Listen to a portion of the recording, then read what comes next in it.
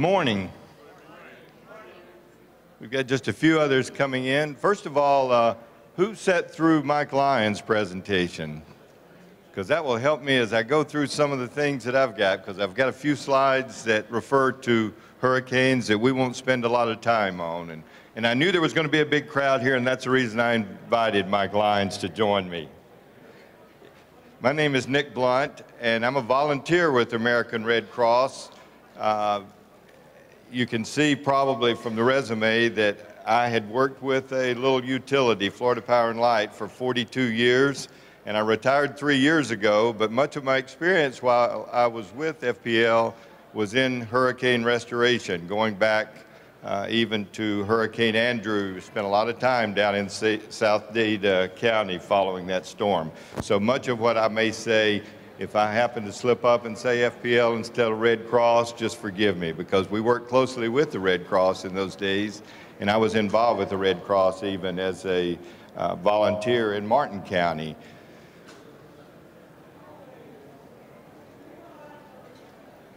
You know, since the late 1800s, Americans have been helping each other under the flag of the Red Cross. There actually was a charter in early 1900 which established the criteria and the requirements and the mission, which you see up here. The mission was established in, I think, around 1905.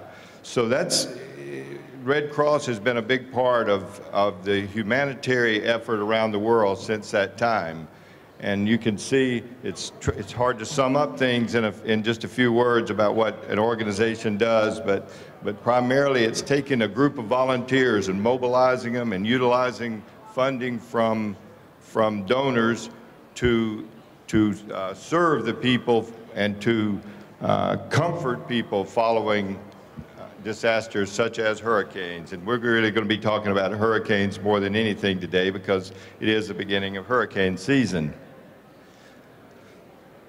This tells a little bit more about what we do. The very first item here, though, is the one they're probably known more than anything, and that's sheltering, feeding, and caring for those survivors of disasters.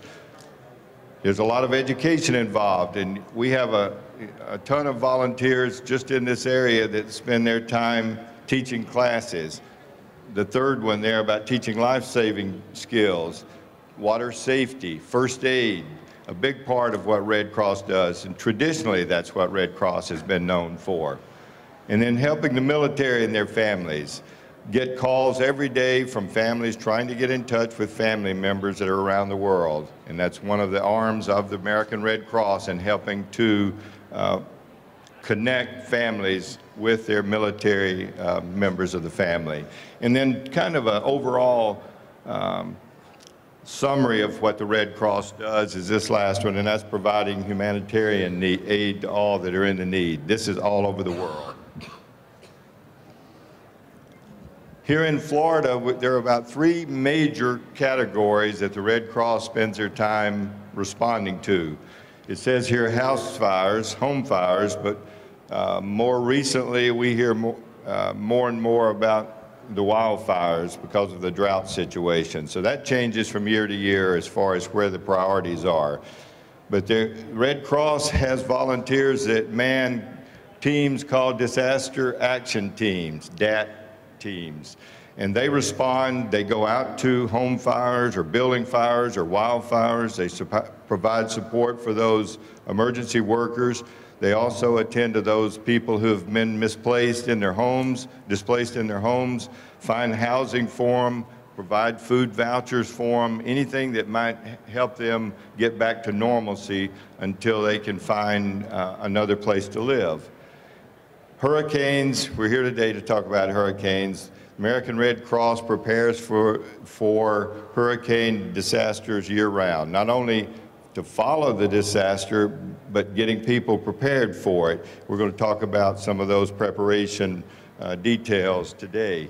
And then the third one, which is not unique to the country, but because of the lightning involved with thunderstorms, Florida is a hotbed for problems arising from hurricanes. And right in central Florida, not far from where we are, you go over in the Lakeland area, just northwest of us, that is the lightning capital of the world.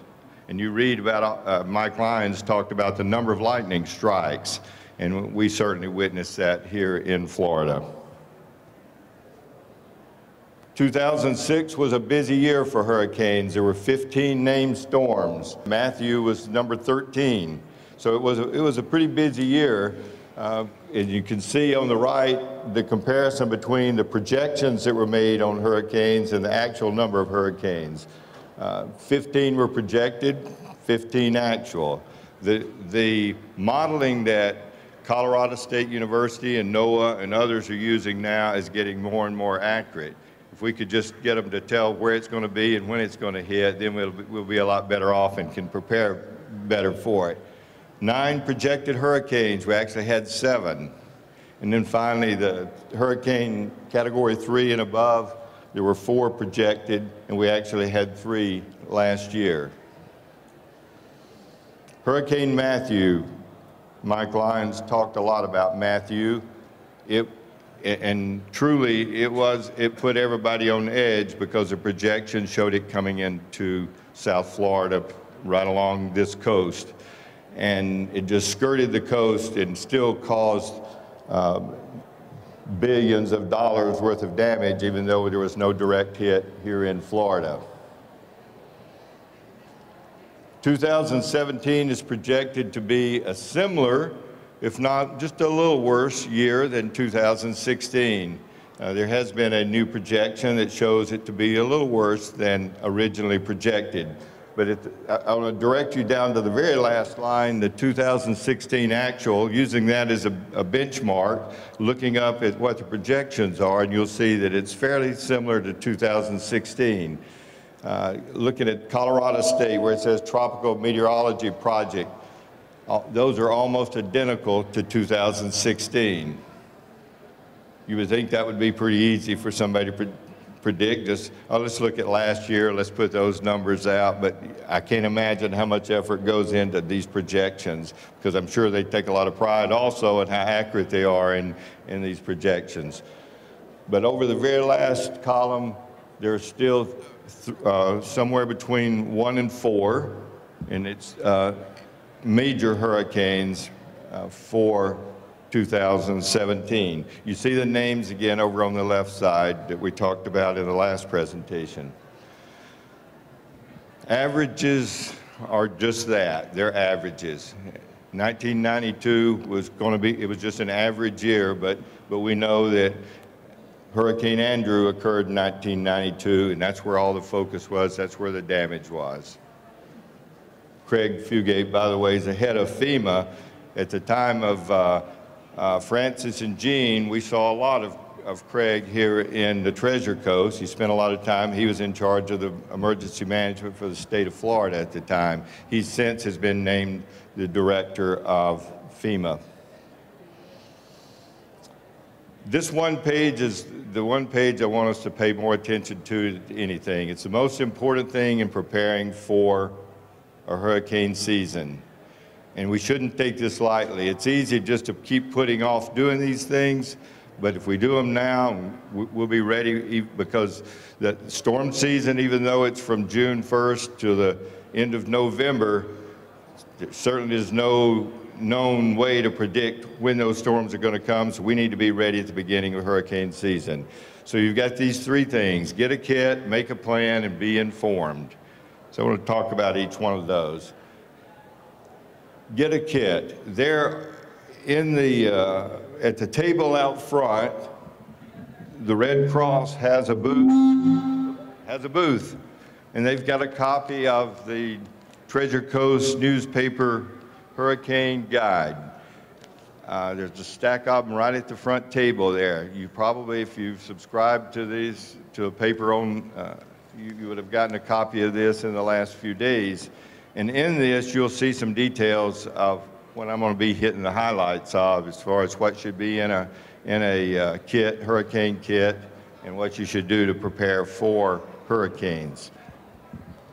Water is an important thing. You need to have 1 gallon of water per person, or if you've got a pet, you don't forget the pet, include 1 gallon of water for each pet per day. You see at the bottom, if you're planning on evacuating, you certainly need to have up to 3 days worth of supplies before you evacuate. Just in case you lose power or anything before the hurricane even hits, when the high winds are, you'll still want to have all of these supplies ready before the hurricane. And if you're planning on staying, you need 3 weeks worth of supplies, up to 3 weeks, 2 weeks, excuse me. Use the, in storing water for various uses. You can use large tubs or buckets or even the bathtubs for storing water. Tap water is fine for that purpose. The foods that you store in your hurricane kit or in your pantry need to be foods that do not require cooking unless you've got some kind of exterior gas cooking that you could use. Check the expiration date. Sometimes we put together a kit this year and then next year we don't replenish it and we've got food that's out of date. So make sure that you check the dates on those expiration, on the food. Also make sure you have a manual can opener.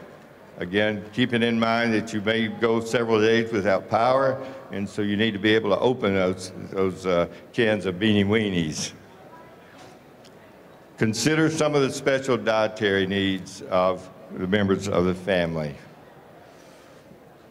For clothing, if you're going to be going to a shelter, and we'll talk about staying or going to a shelter, but make sure you have clothes that you're ready to take. Know what you're going to take to a shelter as far as bedding and clothes, and have that ready, because once you get to a shelter, it's not going to be it's not set up to be a comfortable place where everybody's got a cot. You just need to make sure you've taken something to be comfortable for yourself.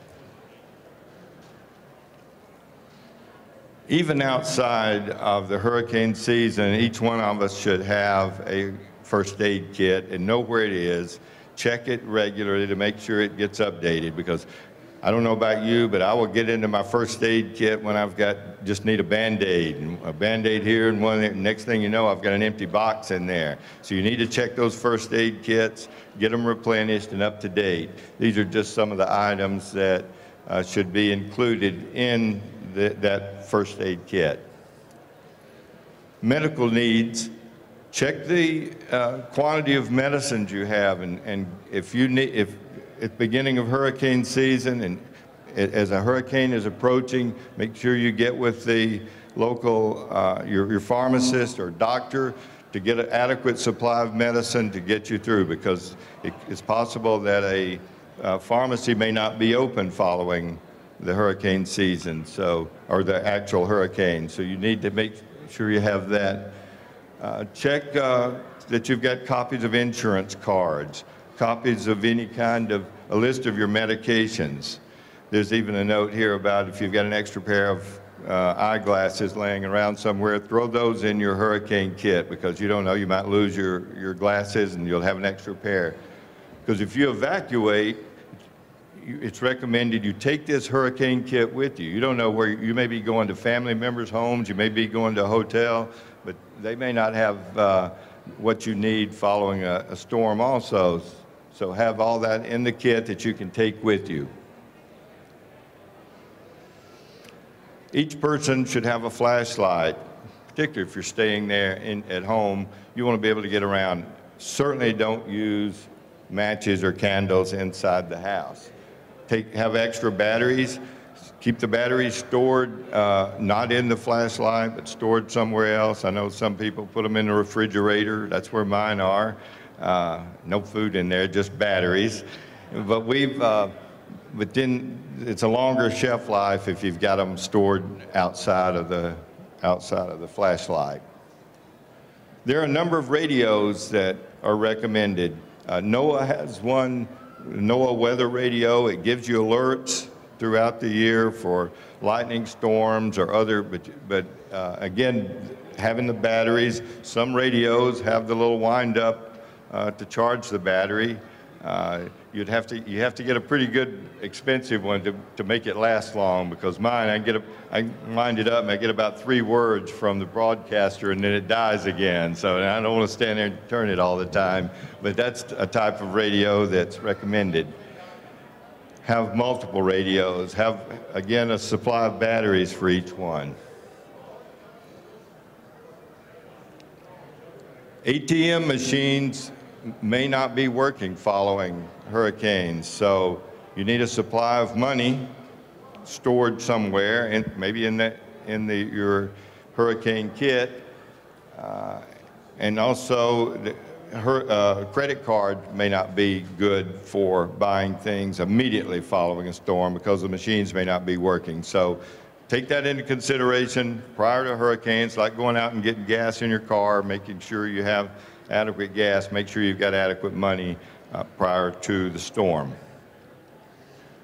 These are just miscellaneous supplies recommended for having around, things that you may not think about, but just, look through the list. It's listed in the hurricane guide. Do an inventory of what you've got. Now is a good time to go buy that. Documents. Know where your insurance documents are. Maybe make a copy of that. Put it in your hurricane kit. Have a contact list. Who is it that you're going to want to call if you're on the road evacuating and say, oh, I forgot to write Aunt Jane's number down. She's going to be worried about me. Have a list of those contacts in the hurricane kit itself. And any medical records or other important documents that you think you need to take with you and not leave in the house, you put those in your hurricane kit. Second thing is make a plan. The main thing you're going to have to decide early on and should already be thinking about is, if a hurricane comes, am I going to stay at home or am I going to leave? It's recommended that if you're not located in a flood zone and your house is substantial, that you stay there. You stay there, particularly if you've got adequate storm shutters, whether that be plywood or the metal shutters or permanent ones installed on the house. You're better off to stay at home than be on the road. There are pictures, I think I may have a picture in here, of all the people that are on the interstate that are trying to evacuate, and all of a sudden a trip that may take 2 hours takes 12 hours just to get from here across the state. So you'll need to make a decision early on whether, if a storm happens to come today, am I going to stay at home or am I going to evacuate? Have in mind where you're going. Is it a family member that may live on the other coast or up in Central Florida, wherever that may be? And leave early enough so you get ahead of all that traffic that's evacuating.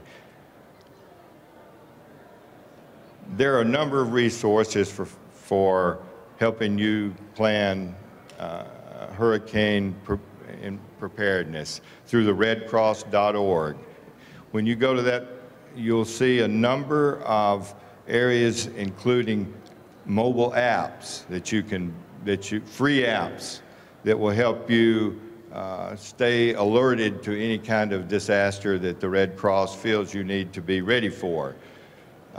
There are, in the county, here in St. Lucie County, looking at their emergency management under public safety, it's got a list of their shelters, which let me go over to that in just a minute. They are not here. There are 2 kinds of shelters that will be in an area. They're listed on a map in the guide. General shelters are those that are manned by the American Red Cross. There are special needs shelters that are managed through the county health department, because they have to have special medical professionals there, like nurses, available doctors. You have to pre-register. If you've got a special needs, you go through the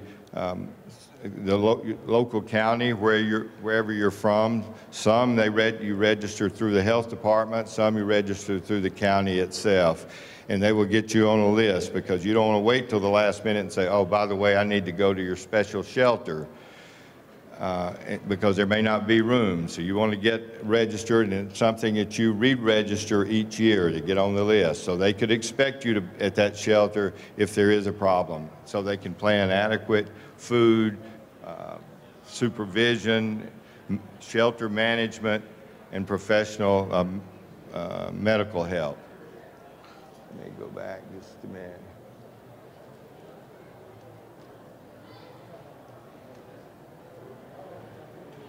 There are even apps that will keep children occupied and also at the same time teach them about hurricanes and other disasters. That one's called Monster Guard. It's an interactive app.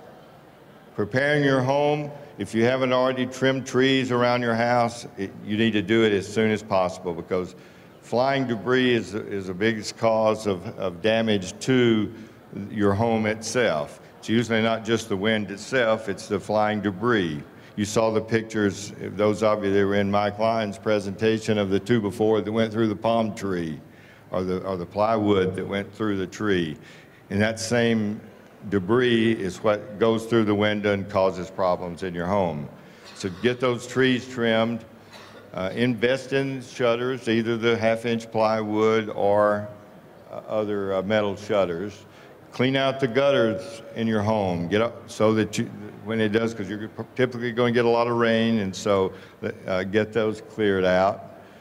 Learn how to turn off your utilities, the main breaker in your house, as well as maybe find out where your water main, the cutoff valve, shut-off valve for the water into your house. If you've got a car, boat, anything outside that the wind can damage, find a safe place for it or tie it down. And then once you've done all that, it's important to look after your neighbor. That is huge. We hear so many stories about somebody getting forgotten. It's because somebody just didn't go over and knock on the door and say, can I help you put your shutters up? Evacuation. You will be getting evacuation orders through a number of sources, through newspapers, through radio, through television. They will give you the instructions on evacuating or not. Many areas along the coast are mandatory evacuation. Barrier islands, mobile home parks within a certain distance from the ocean are required evacuation. That's a good rule of thumb there. You run from the water and you hide from the wind. Don't try to go through standing water. There's a picture of an example of thousands of cars trying to evacuate at the same time. You don't want to be a part of that. Or the upper right-hand corner trying to go through water. Hurricane evacuation routes have signs. They are posted around the county to help you find the right way out. The last bullet on this particular slide talks about FL 511. You can go online and look right now and look at that at fl511.com and see what traffic issues there are around the state, what roads are closed. And you also can call 511 on your cell phone and get traffic updates on evacuation routes.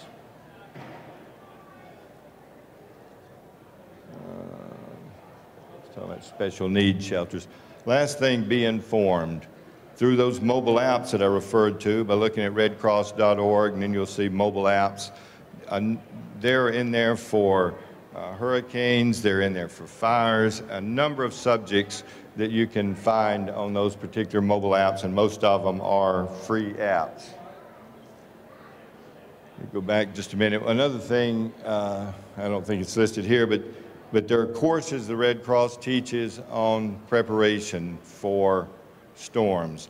And if you want to be a volunteer with American Red Cross, you take classes, and they're always looking for people to be shelter managers, teach first aid classes, water safety. There's never a shortage of openings in the American Red Cross for you as a volunteer to perform.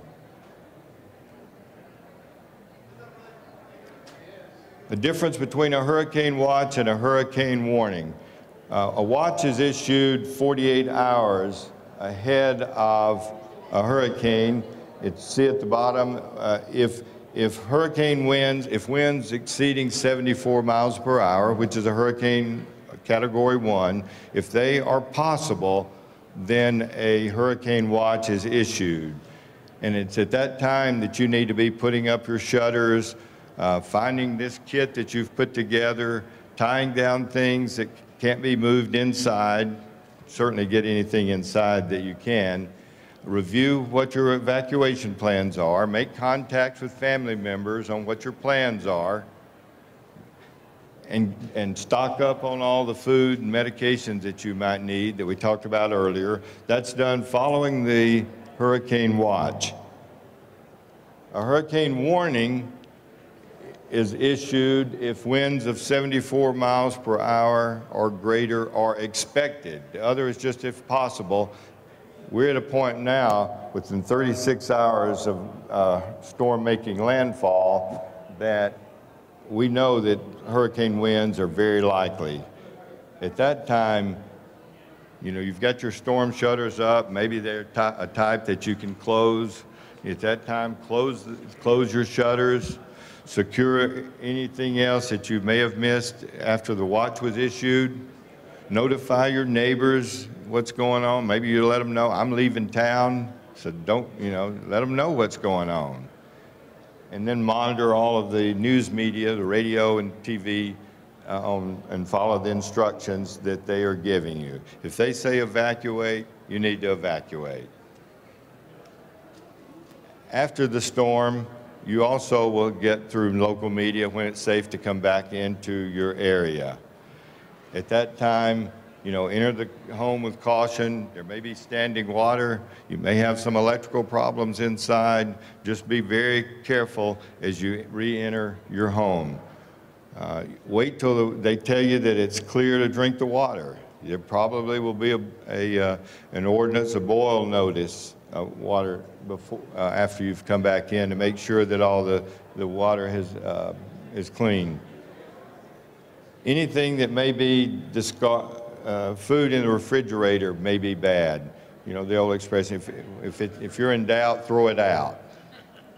That's the best advice on that.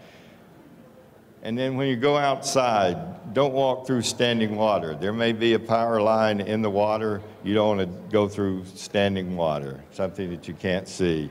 And again, the last one, which is important, check on your neighbors. Make sure that they're okay.